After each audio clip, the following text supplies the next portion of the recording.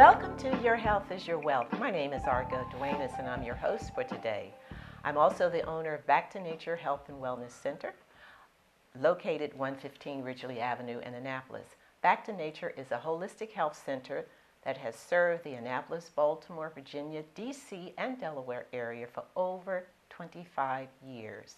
I know that you would agree with me today that good health is our greatest asset and our most precious gift.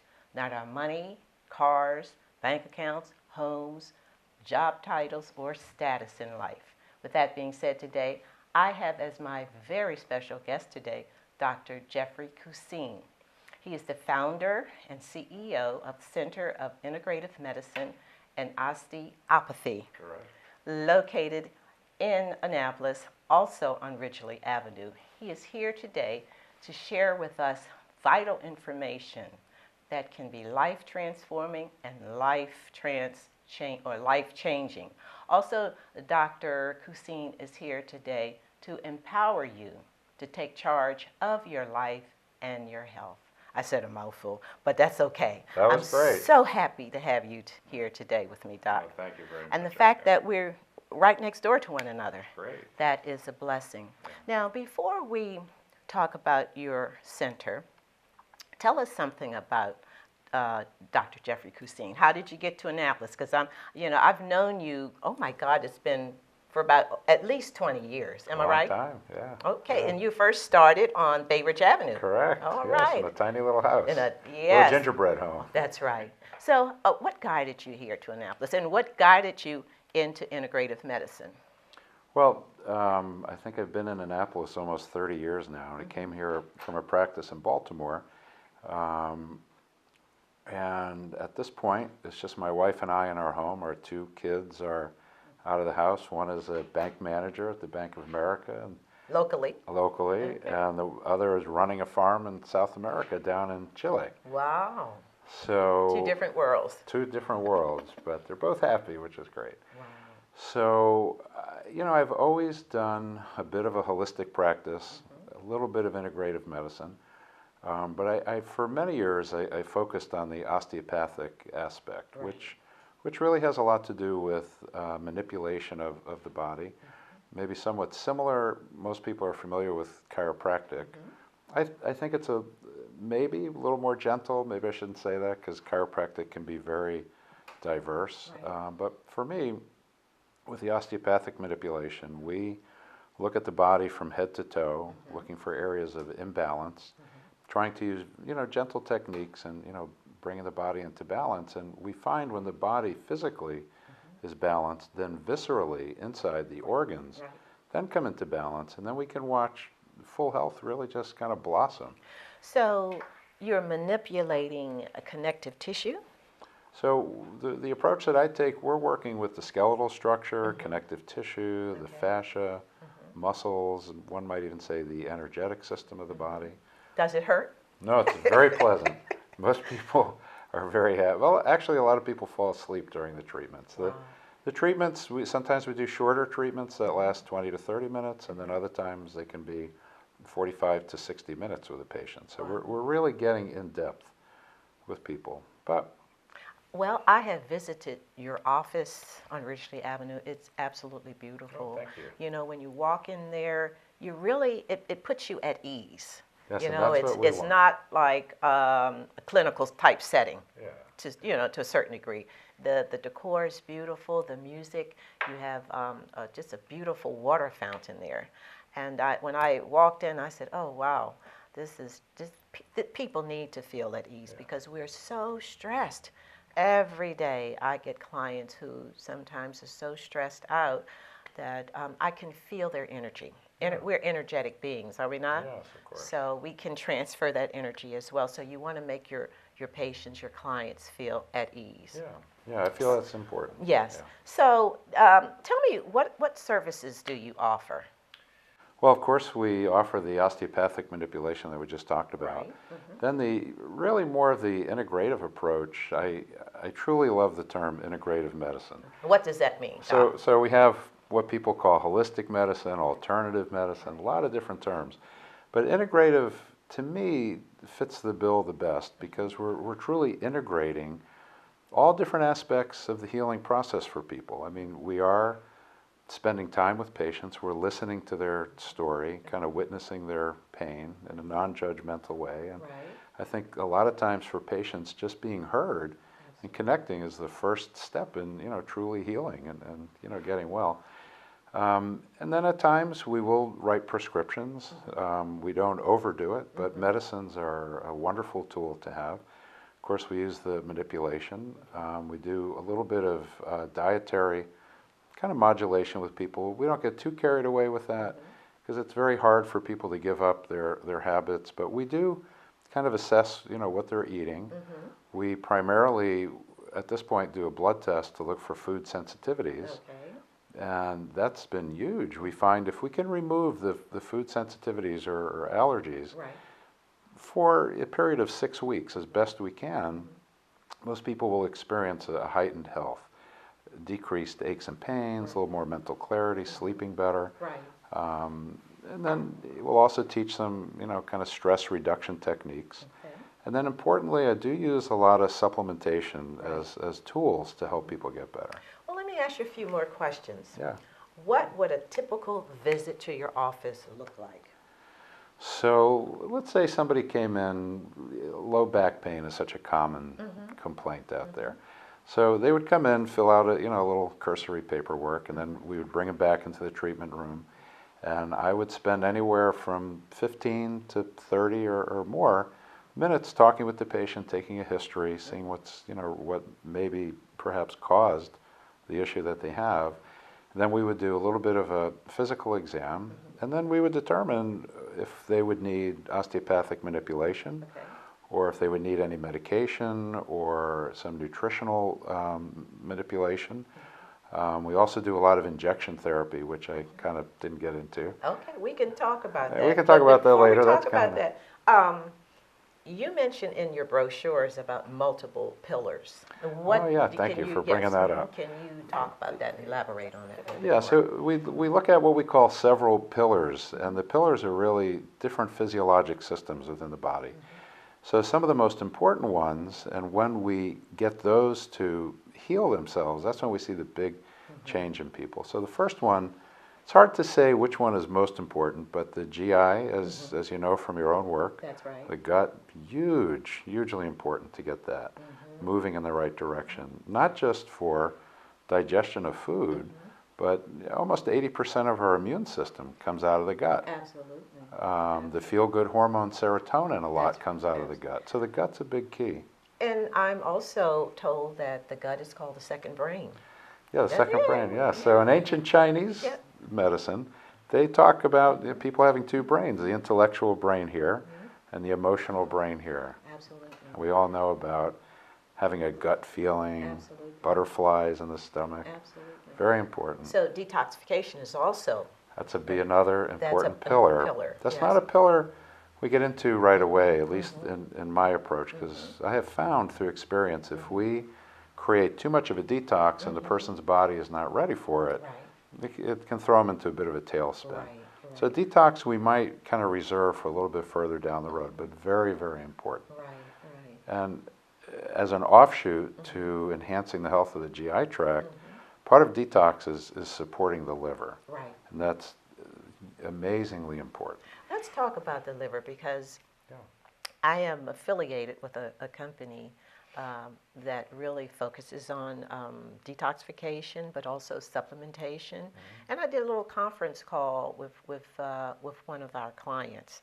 And we know that the liver is on the right side, weighs about 4 pounds. It has about, 500 other functions other than filtering our blood. It's the only organ in the body that filters the blood. Am I right? Well, kidneys in a sense. But it filters. But mostly the liver. Yes, and it's connected with all your kidneys, your gallbladder. Am I right? Correct. And it also can have an effect on your liver. It helps to make On your 70% on your thyroid, thyroid. okay. I'm sorry, your thyroid. Yeah. It also helps to make about 70% of the good cholesterol Correct. in the body. Yeah. Am I right? Yeah, most So can comes. you elaborate? You were just sharing with me that more and more people are developing non-alcoholic Correct. fatty livers. Right. Am I right? Right, right. And if we catch that at an early phase, it's very easy to treat. And it is becoming more and more common out there. Why do you think that? I think that, our food supply, the water, the air, I don't want to paint the bleak picture, No, but it's but we true. just have to be aware of it, Right. and then we can approach it in a healthy way. Right. So I think our liver has been, amazingly busy over the past few years, 24 hours, 7 days a week, 7 days a week. consistently, constantly filtering the blood. Right. So what I see in my practice is not so much that we have any state of advanced liver disease, of course we have that too, but more commonly what I see is just an overwhelmed liver, an Right. overwhelmed system of the detoxification. Right. So the liver enzymes or on the blood tests will look okay. There's other signs and symptoms that we can assess and appraise in the body and see that the liver might be overwhelmed. What's beautiful about the liver is that it's regenerative. That's right. And it's not that hard to treat. And as an example, just a little bit ago, we had a patient in his mid-40s. Unfortunately, he came back from the Middle East and being a soldier and got a little too much into the alcohol, and he started developing a severe disease of his liver to the point where they wanted to do a liver biopsy, which is not a pleasant experience. Right. So I knew he would be okay. I asked him if he would just give me 6 weeks to do a little work on his liver. Right. And he was good with that. And we just used a few herbs, a little bit of dietary change, especially removing the excessive alcohol that he was doing. Right. Within 6 weeks, his very elevated liver enzymes came right back to normal. And he didn't need any kind of a liver biopsy. Wow, well that's a true blessing. Another amazing thing about the liver that just amazes me is for years with insomnia, with people that couldn't sleep, we would talk about sleep hygiene, and if it didn't work, we would just prescribe Ambien or Lunesta, different medications to get people to sleep. Well, in Chinese medicine, as you probably know, there's 12 major meridians. That's There's right. many meridians, Right. but there's 12 major ones. Right. And in Chinese medicine, they assign a 2-hour time frame to each meridian when it's most active. Okay. The liver meridian is most active between approximately 1 and 3 a.m. In the morning, right. Yeah, so Yes. when I take a history, if a patient tells me they're not sleeping, I always ask, is there a particular time when you're awake? Right. More times than not, they'll tell me, yeah, I'm always awake at 1:30 or I'm always awake at 3. So when I hear that and there's other signs or symptoms, Right. what I will do is just treat their liver. Right. Okay. And as another quick example, we had another patient who, again, in his mid-40s, his main complaint was insomnia, Okay. said he couldn't ever remember sleeping through the night, even as a young boy. Wow. We put him on just some simple liver enhancement kind of supplementation. Okay. And he came back in 2 weeks, and he was elated for the first time that he can remember. He slept through the night. That is And awesome. he continues to do that. So the liver, we can have a whole session just talking listen, about the liver. Yeah, but that is awesome because Yeah. I remember Dick Gregory said many Yeah. years ago Sure. that sleep deprivation was going to be a major health problem in youth, and now it is because I have women and men who come in, but mostly women who complain about not being able to sleep. But the major complaint with my practice is that they can't go to the bathroom. Right. And so we talk about the colon, the gut being the emotional center, and all of the stresses in life is held right here. Yeah. There's a psycho-emotional component to our being. Absolutely. And I find that when my clients get colonics, then they go into a good detox diet, eliminating, we call it the bad foods, the gluten, the junk foods, the processed Dairy, foods, the dairy, the foods that doesn't have any life force energy, no God force energy. It's just, I call it dead plastic food. That it just causes inflammation and constipation. Exactly. So now, can we talk about the state of health of America? Doc, recent stats says that the number 1 cause of death in America is heart disease. The number 2 cause of death is colon cancer, and that colorectal cancer now is on the rise in young people, and that the third cause of death is medical errors, believe it or not. Shocking. You know, autism and Alzheimer's is on the rise, and our young people now are beginning to develop age-related diseases, and they're leaving the planet too soon. I'm witnessing this, and I think it's disproportionately higher in the African American community, honestly, because there are more funerals in our community than none. And so I am adamant about raising the health consciousness and empowering people to take charge of their life and their health. Right now, we're in springtime.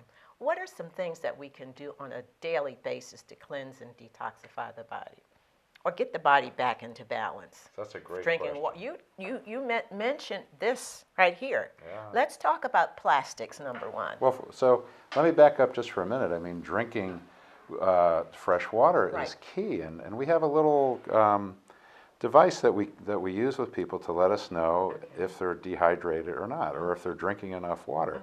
And it's amazing how many people are dehydrated. Yes. And just getting them to hydrate, That's right. drinking water, not soda, not iced tea, That's not beer, not whiskey. There's a book I used to read many years ago called The Body Many Cries for Water. Yeah. Have you ever heard that book? I have not, but I'm not surprised to hear it. A major problem. Yeah. People go into the hospital because of dehydration and don't know Absolutely. what's wrong. I mean, I had a patient years ago, severe migraines, had seen all, the specialists up in Baltimore, at Hopkins, et cetera, and she wasn't really responding. And in taking a deeper history, it turns out the poor kid, she was only 16, would never drink anything. And we just got her to drink a couple of liters of water a day, which sounds like a lot, but it's really not that much once you get used to it. And her migraines are gone. So just how from hydrating. How much water and what kind of water? Because you hear people talk about alkaline water. And yeah, so the body truly enjoys being in an alkaline state. And in fact, the bioterrain, what I would call, that's one of the pillars that we address. And so we test people's pH, which determines if they're more acidic or alkaline. And the acidity in the stomach is very strong. I mean, if you put your finger in there, within 20 minutes, it's gone. Yes. So, but the rest of the body really prefers to be in an alkaline state. I find even with anxiety with people, when people get anxious, they become shallow breathers. We get rid of now we know we get rid of a lot of waste through our guts. That's right. But the breath literally gets rid of almost 70% of our waste. Really? Yeah, and so fecal and urine is about 25%, and skin's another 5%. But when people breathe shallow, the whole system becomes acidic. Not only do the muscles not like that, but the brain itself doesn't like that, and it creates anxiety. That's why typically when people are anxious, we try to calm them by saying, take some deep breaths. Absolutely. The deep breathing will begin to alkalinize. Wow, so that is very important, the breath. Yeah, so water, if we can find water that's more on the alkaline range, I think it does make a difference. And in fact, at our home, we started getting a few years ago water that comes from a spring in Arkansas. Supposedly the same water they drink in the White House. I don't know if that's true or not. But anyway, it's water that's more on the alkaline side. So what's the pH of the water then? I think it's around 8. 8, okay. Because at some stores now they're offering alkaline water that's 9.0. And do you think sometimes it could be too high? I think.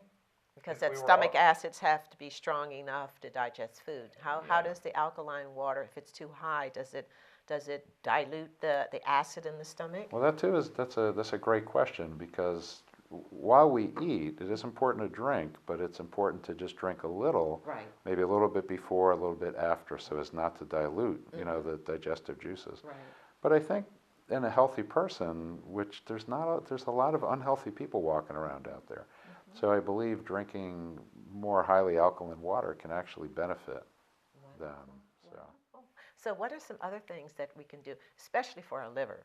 You hear people talking about dandelion, eating dandelion greens, dandelion herbs, coffee enemas. What are your thoughts? Sure, the coffee enemas are great. That's more your purview. We leave that up to you. We send the patients to you for that. But the beet leaf, the greens, all the cruciferous vegetables are so good for us, and those are broccoli, Brussels sprouts, cauliflower, Also cancer collards, fighters, things right? like that. Yeah. Yeah, big cancer fighters, Mm-hmm. yeah. And I think, getting out there now that the air is nice, getting out and getting some exercise What is about key. vitamin D?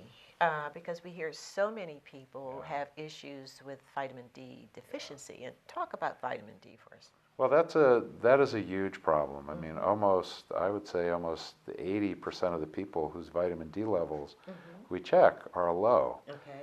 And I think maybe it could be because we've become afraid of the sun, which we need to be concerned about it so that we don't get a consistent sunburn. Right. But the sun, in a sense, is our friend. We need exposure to it. The average person, it takes about 30 minutes of full body exposure to the sun to get the daily dose of vitamin D, which once the sunlight hits our skin then converts other things into vitamin D. But most people are covering up everything. Right. Even the face creams they put on Now, what have about sun that? 'Cause protection. you see a lot of information about that it blocks. Yeah. The suntan lotions block the vitamin D. I think we've overdone it. What are some conditions or deficiencies that are linked to vitamin D deficiency?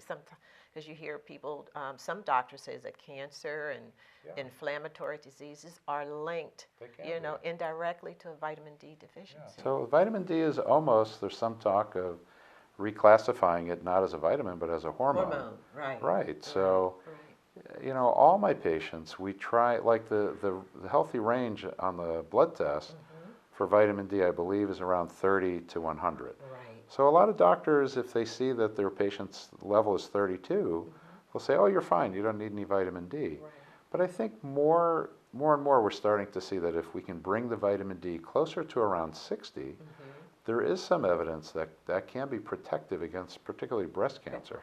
Okay. So almost all my patients, we try to bring them up to a level of 60. Okay. There's also a fascinating thing that we just started doing this year with vitamin D to boost immune function. Okay. With the cold and flu season. We were really able to knock out the cold and flu with a lot of people very quickly with very high doses of vitamin D. Oh, wow. So when you say high dosages, Well, what do you mean? I don't know if I should say online because it's a little different with each person. Okay, yeah.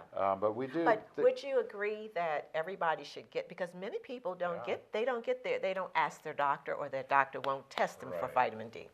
More and more doctors are, but you're right, they should ask. And I think that's the beauty of today's world too. We were talking earlier how people now are becoming more self-empowered. Right, absolutely. Where it's no longer the doctor's the general and the patient's the private just doing what the doctor says. So we're working as a team.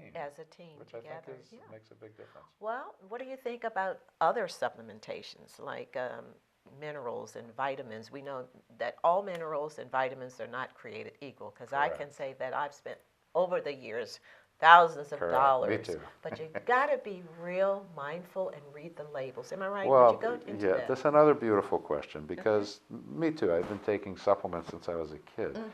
And at least once every couple of weeks, I'll have a patient that will bring me an article for the New York Times or Time Magazine saying, don't waste your money on supplements because they don't do a thing. Right. And I have to tell them that, they're correct, that these, you have to be discriminatory as to which supplements you're going to purchase and take. Right. There was, I used to buy my supplements at Sam's Club because they were so inexpensive. Right. But there was recently, it was a couple years ago now, a fish oil that was tainted with naphthalene, which is what they make mothballs from. Wow. Now, fish are tainted with heavy metals, but no fish is eating mothballs. So it turns out, when they investigated, they found that this particular fish oil was being made in a factory in China that was also making mothballs. Wow. So they were totally intermingled. So vitamins and supplementation is really one of the things that you truly do get what you pay for. So we do carry supplements in the office. These are all supplements that I've investigated, where I've actually gone to the manufacturing plant. One company in particular, they've been around since 1929. They have their own, I think it's a 1,200-acre organic farm. So it's food-based? Food-based, whole food-based. That's right. And here's the farm and here's a manufacturing plant. And, visiting the farm, I mean, the color of the soil, And this organic farm, I don't know if they can see the black curtain, but it's the soil is literally black. It's rich. It's rich. It's With people minerals. almost want to reach down and touch it. Wow. Whereas a regular farm is more kind of a light brown color. It's devoid of minerals. Right. So it does become important, which companies people are choosing to take the supplements from. There's a potency that is not there in all companies. So let's talk now about inflammation and what causes inflammation, because I think that is the root cause of disease. I would totally agree. Inflammation and infection. And I'm not sure which, probably infection comes first. Okay, well, you can elaborate. But inflammation, I think a huge problem with people is the diet, is the foods that we're eating. People are eating foods out of a box, out of a can. Even, I think sadly, even buying organic foods in the supermarket, if you look at the label, I love South America, but it's a beautiful place. Right. But to get our vegetables from thousands of miles away that are picked before they're ripe, so they're not even getting their full, nutrient value from the soil, being handled, bounced, and by the time we pull it out of our refrigerator, we are going to get a little bit of the fiber and some of the carbohydrates and things like that. But as far as the phytonutrients go, they're just not going to be there. And that's why it's important to take supplements. To supplement. I want to thank you for saying that, because so many people, even my doctor, she says, no, you don't need to take supplements. I think 100 years ago that was true. In it's today's world, it's just very different. So would you agree or encourage the viewers to support local farmers and try to Absolutely. That's, in fact, I have a couple patients that are growing organic foods in their own, little, not really a farm, but a little extra space they've created at their home. And for a minimal fee, they will deliver organic food to the door. They have these co-ops, right? It's like a co-op. So that's what we're doing. It hasn't started yet. Not through the practice, but my wife and I through a patient of mine. Well, there is a farm, or organic farm in, I think, Shadyside, called Red Top. I just happened to be driving down the road, southern part of the county, and there's this lady that she grows just the amazing organic kale, collard greens. Beautiful. That's great. It's called Red Top. I'm going to write that down later. Write that down. I'm supporting her. She's local. They have their own chickens. They have eggs, everything down there. Love the fresh eggs. Fresh eggs, everything. So now, one more question, because we got to go in a few minutes. So what about butter and eggs? We were told not to eat butter and eggs. Well, I'm not sure where that controversy started, because the cholesterol myth. It is a myth. Yes. Because butter and eggs are great foods. So I see no problem with that. As long as it's organic. The organic is the best. The eggs are a beautiful form of protein. Also gives the body a lot of sulfur, which is very important as well. And the butter is fine. I mean, margarine is just really not a good food. They say it's one polymer away from plastic.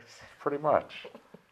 Dr. Kucine, I am so grateful and honored to have you as my guest today. And I thank you for taking time out from your busy schedule. And I'm going to invite you to come back again. Yeah, I would be happy to come back and talk more. Please give our viewers your address over there in West Annapolis and your phone number. Sure. So we're in West Annapolis at 107 Ridgley Avenue, 14C.